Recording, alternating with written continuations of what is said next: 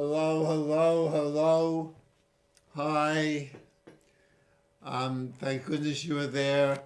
Otherwise, it would feel lonely. My name, as I know, hopefully you, is Michael Koran. And get to the center of the screen. Wow, this is quite a close-up. And this is Aha, a human among humans. One of my goals doing this show for so many years. And thanks to people like you, I'm getting closer to feeling a little more comfortable being with human beings. Today, after getting up and doing some writing about my book, Blessings from Abraham to all families on earth, the ones added especially yours.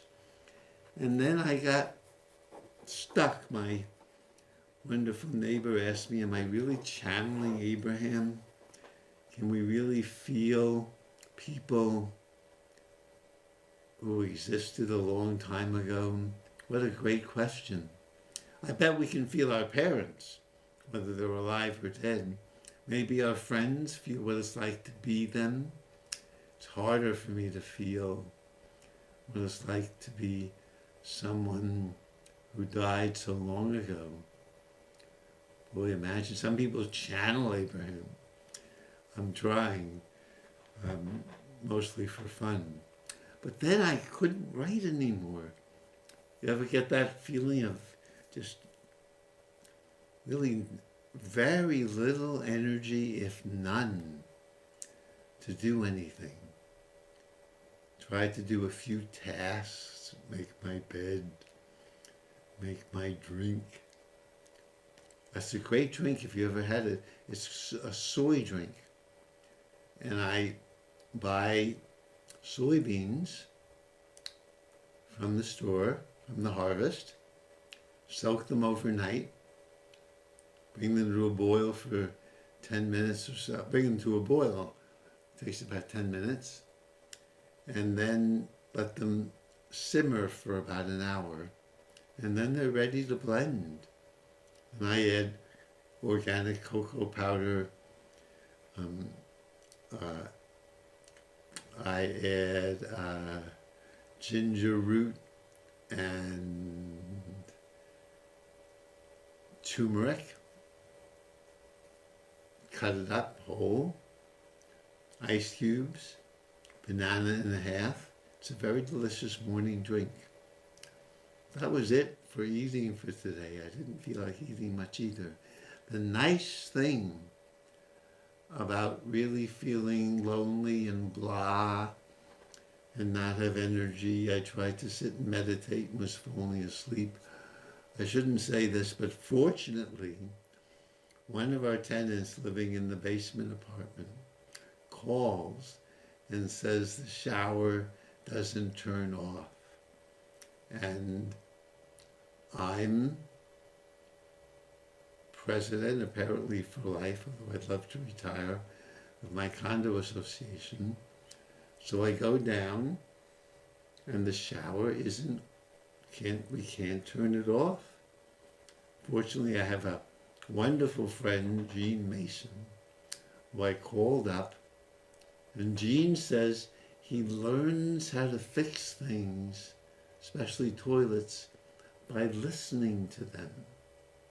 And I've tried, and it's helpful. I'm so proud. I often call him up. Gene, I listened to how to even open this stuck jar, and it often works. It says, oh, this almost tells me, or how to, can't think of other examples at the moment. So he came and took off the casing on the shower handle, and he too did not know how to even turn off the water. We thought it would be simple, but it wasn't. So we had to call an overnight, for a weekend plumber, which is very expensive.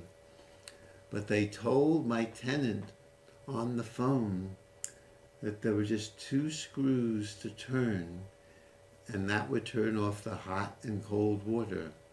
So we can wait and much more inexpensively have a plumber come tomorrow. But the good news for me is the beautiful thing about feeling lonely is then people are such gifts.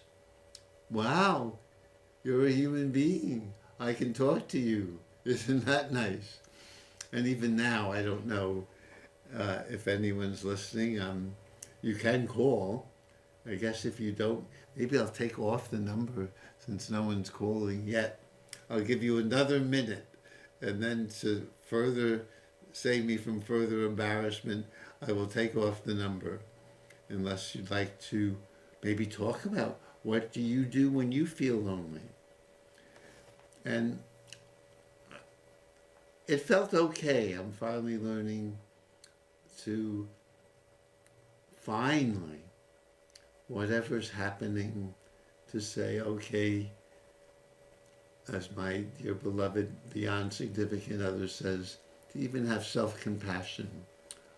Okay, it's a challenging time, challenging day. You don't feel like doing anything. I understand. I can love you just as you are. Stay with it. It will bring its own blessing, which it did. Even that it's okay to feel not okay is such a gift. I used to fight it, and that would make it worse. And just to embrace it, okay, as a loving parent, when many of us need to be our own at times, okay, and then to appreciate Jean Mason, who came to help fix the shower, the tenant. We were talking about my housemates who live across from me, and then they appeared in the park when we were talking. Altogether, it was a great gift. I'll remember it when it comes again. Loneliness and what it can do for you. And there goes the phone. Well, that takes it off. Just have a blank on the screen for some reason, and a rectangular box, as if I'm in jail. So I didn't think I'd have more to say today. So I brought a book of some of my favorite quotes.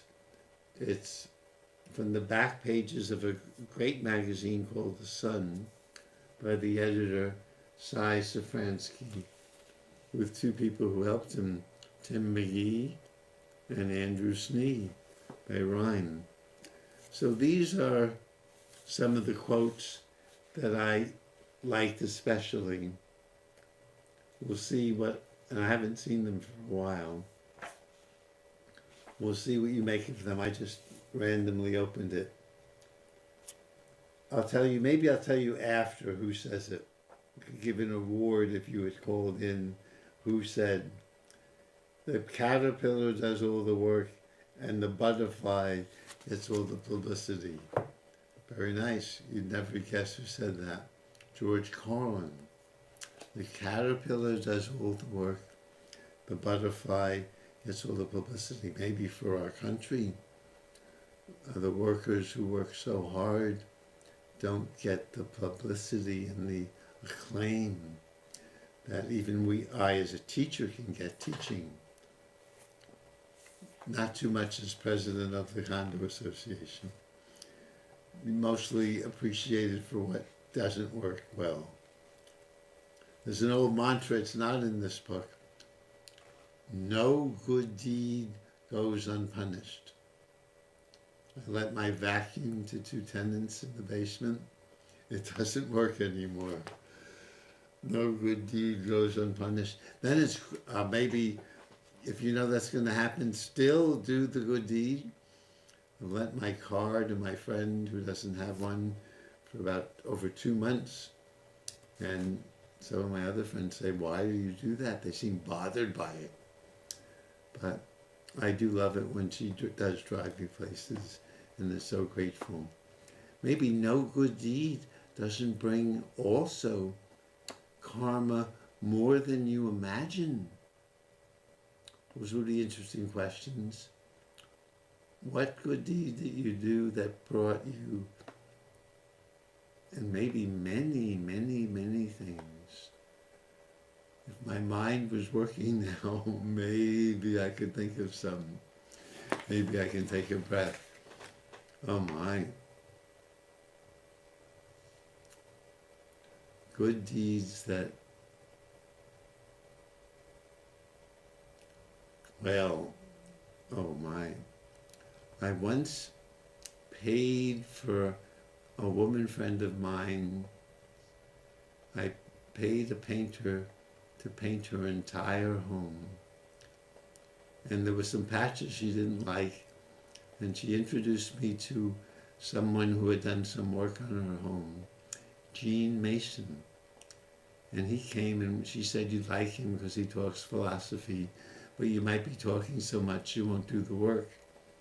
But he came and did the work, and we became friends. This is 20 years ago. And so that good deed of helping my sweetheart at the time pay to have her whole house painted. Wow. Did I get karma? One of the little karmas, good karma, my apartment, my two-room condo apartment needed painting. I tried painting it all white. That didn't look good. Then I asked Jean, and we went to Benjamin Moore and picked out different colors for different parts of my home. Maybe 7 different colors, windowsills, windows, different walls had different colors. We should probably do it again. This was over 8 years ago. And when I wanted to do too many colors, Jean said, no, you need to have it inviting for a woman. And so that was my karma from my previous sweetheart. And then when I met a new woman, who was now my beyond significant other, the first time she walked into my just 2 small room condo, wasn't too proud of it, because it was small, and she loved the different colors on the wall and moved in. So it's amazing how a good deed could keep on giving. And perhaps you can think of what good deeds you've done in your life that, even though you might have to get punished for it, or something bad come of it, like a broken vacuum cleaner. Oh, it's beyond belief what comes from good deeds. I think I once treated another woman friend to a workshop in the Row Conference Center, and it was at Shantigar, which is near the Row Conference Center, and there was a man there and I kept laughing with him, and my friend Barbara said, you guys laugh so much together, you should become friends. And we have, my friend Anthony, and we call each other every morning. I call him at 10 sharp, and we plan to write. We're not in the same place, and then he calls me about an hour later. We call it bookending, and it's really helped discipline me. I have finished 2 books, First to Better, a poem for each day of our year, and Heal Soul. a step a day, how movement can heal our soul.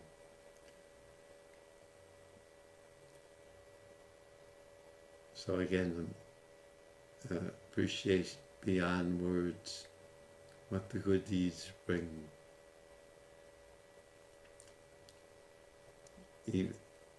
Another friend, and we argue some, but I try as best I can to get along, even though we've had difficult times.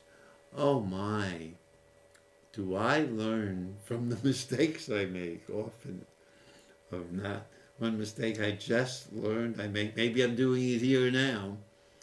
My friend didn't understand when I jumped from one topic to another, and for me they're connected. And for him it was just confusing, and he called me a fustigator, a chronic fustigator, which hurt. But now I think I know why. Not that I'm doing it now, but that you're free, you're not stuck with me. You can leave even if you haven't been here, or you could not join. That didn't make much sense. But there's only 10 minutes to go. It might be amazing what comes out when your mind or mine shuts down. It seems to not be from my mind, these words, not my usual sharper mind. I have friends who used to like me better this way. Well, we can go.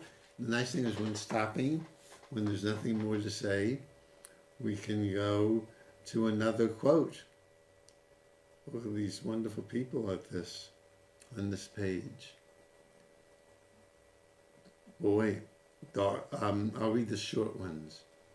Edward Abbey. I would never betray a friend to serve a cause. Never reject a friend to help an institution. Great nations may fall in ruins before I would sell a friend to save them. Wow. That speaks for itself. Under no circumstance give up a friend. I've lost friends from being foolish. Always trying to be good. I lost one friend. I've said that I won't go, at least for the time being. And their gifts, even losing friends are gifts. One woman doesn't want me to call her or email her. I can't send her presents, however, like Trader Joe cards. A dear friend. I said the wrong thing too much and tried too much to get her back again. And that just made her feel I was stalking her, maybe. So I had to learn to just let it go. And the funny thing is, in some ways, one, I've learned so much from it, including letting friendships go if that's where they go. I think there's more love for this friend now in my heart, even though I might not see her again. And as I said, my brother who tried to steal our family fortune and doesn't talk with us because we stopped him. He still can't steal my love for him. And that feels wonderful also. I said, maybe it keeps growing. I have a poem that says, once we plant the seed, love grows like a weed. Okay, here's another quote. John Cage. I don't know what these are. I've marked them. And it feels like I'm reading them for the first time. As long as we tolerate... No, I'm not going to read Cage. I'm sorry. I'm going to read the ones that I wrote wow for. Here's a hard one. Aldous Huxley. It's a bit embarrassing to have been concerned with the human problem all one's life, and find at the end that one has no more to offer by way of advice, and try to be a little kinder. Wow, that's sad. After studying, but maybe wise, after studying so hard with what it means to be a human being, the only thing we can say at the end of our life is try to be a little kinder. Whoa. Maybe we have more to offer. The prophet Micah, do good, love God. Does it do good? No, do good, love compassion, and walk humbly with thy God. It's not bad advice. Do good, love compassion, walk humbly with your God. Ooh.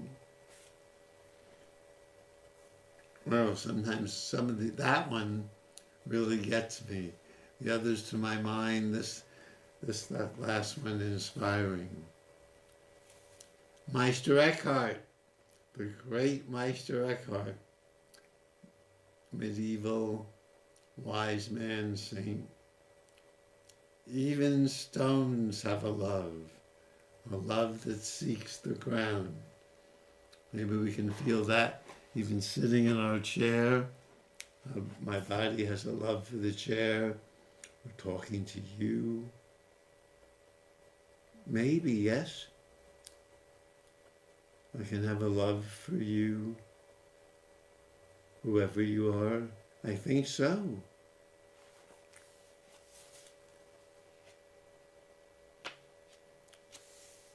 This is Dom Helder Kamara. I don't know who he is. I think I've heard the name. Oh, but it's too long. I'm going to keep to the short ones.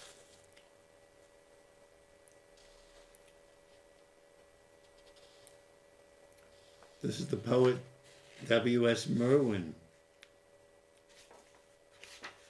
I say to my breath once again, little breath, come from in front of me, go away behind me, row me quietly now, as far as you can. For I am an abyss that I'm trying to cross. Oh my. I felt this way sitting in a chair today, not as eloquent as this.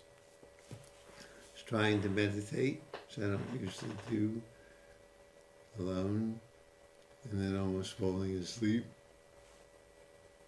I say to my breath,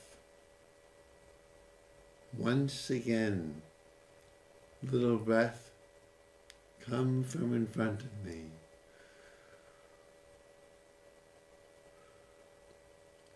Go away behind me. Row me quietly now, as far as you can. For I am an abyss that I am trying to cross. Yeah, that's what it felt like today. Not that I could say it as eloquently as the poet W.S. Merwin. Maybe one more time. Some of them I feel beautiful, touching. I say to my breath once again, little breath, come from in front of me, go away behind me, row me quietly now, as far as you can. I am an abyss that I'm trying to cross. We could ask, why is that so beautiful? I like him calling it little breath. I love talking to my breath. And maybe when I feel like I'm in an abyss, mostly made of space. And when it's okay to be an abyss, the old Spanish proverb, how beautiful it is to do nothing and rest afterwards. When it's okay to be an abyss, very freeing. Well, I'm not going to do another one. Time flies when you're having fun. So it's been lovely talking to you. I hope maybe one of the things I say have touched you. It has touched me, and the possibility of being in front of you or of you listening has touched me too. Maybe the advantage of television. Even if I'm not sure anyone is watching, someone might watch it on YouTube. I need a title for this. Maybe I could call it Little Breath, Thanks for Breathing Me. Or maybe just Breath, Thanks for Breathing Me. And thank you all, whoever you are.